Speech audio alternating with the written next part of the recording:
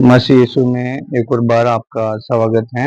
और आशा करता हूँ कि आप अच्छे होंगे। आइए हम प्रभु यीशु मसीह का पवित्र वचन जो है आज के दिन में और फिर सीखेंगे नया नियम में। और एक स्टोरी है, हम इस स्टोरी के बारे में सीखेंगे। आपने कई बार उसे पढ़ा होगा, लेकिन हम दोबारा उसे पढ़ना चाहेंगे।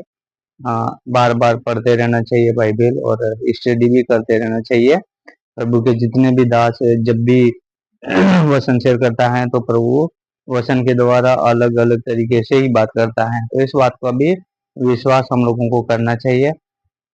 हम लोग देखेंगे लूका रचित सुसमाचार उसका 16 अध्याय और 19 से लेकर के 31 वचन तक अगर हम पढ़ते हैं यहाँ पर, तो हमें यहाँ पर पाते हैं कि हेडिंग में लिखा है धन्य मनुष्य और निर्धन लाजर। तो यहाँ पे एक धन्य व्यक्ति भी हैं और एक लाजर हैं। लाजर मतलब इस समय में क्या है, लसार उसको कह सकते हैं हम लोग अपने भाषा में।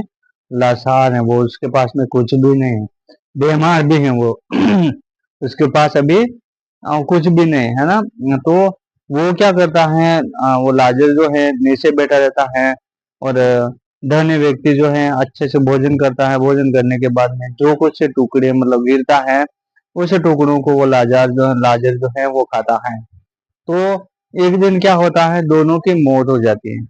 दोनों की मौत हो जाती है, और मौत होने के बाद में जो धनी व्यक्ति था वो तो नरक में है, और लाजर जो है परमेश्वर के पास में बैठा हुआ है।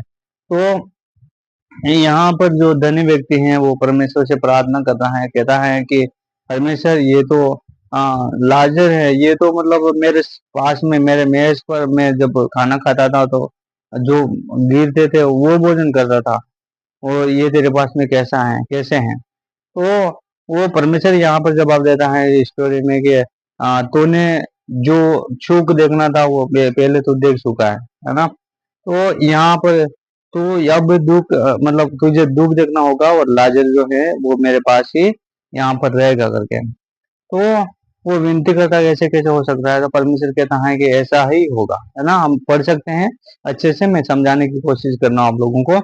फिर उसके बाद में यहाँ पर क्या होता है उसके बाद में जो लाजर से मतलब विनती करता है वो धनी व्यक्ति जो है, तो क्या कर, मेरे भाई हैं 5 भाई और भी हैं, तो उनके पास में भेज दे, ताकि वो क्या करें, तेरे वचन को छूने, और वचन छूने और मन फिरा करके। तो यहाँ पर मन फिराने की और वचन सुनने की बात मतलब हो रही है। परमेश्वर कहता है कि भाई आपके पास में बाइबल पहुंचा दी गई है, वचन पहुंचा दिया गया है ना। भविष्य वक्ताओं के द्वारा प्रचार पहले किया गया है, लेकिन यहाँ पर तुमने सुना नहीं। इस कारण से आज तुम नरक में हो, और लाजर जो है मेरे पास में है, काफी दूरी है यहाँ पे, मतलब आपस में हम लोग मिल नहीं सकते करके। तो यहाँ पर जो है फिर परमेश्वर का वचन जो है यहाँ पर बताता है कि वो जो है आ, लाजर मतलब जो धनी व्यक्ति है वो लाजर विनती करता है कि लाजर को वापस भेज दे। तो परमेश्वर कहता है कि नहीं, जिसके पास में वचन पहुंच गया है, तो वचन को नहीं सुना है, तो मैं अगर इसको भेज भी देता हूँ तो वो कहकर कैसे विश्वास करेंगे करके बताते हैं। तो इस कहानी के द्वारा हमें ये सीखने को मिलता है कि हमें पैसा भी कमाना है, साथ ही साथ जो एक दूसरे की मदद भी करना चाहिए। वो जो धनी व्यक्ति था वो चाहता तो उस लाजर को मतलब इलाज करवा सकता था, और यहाँ पर वो अच्छे से सेवा कर सकता था, लेकिन उसको अभी कोई सेवा करने का मौका भी नहीं मिला है। तो इस वचन के द्वारा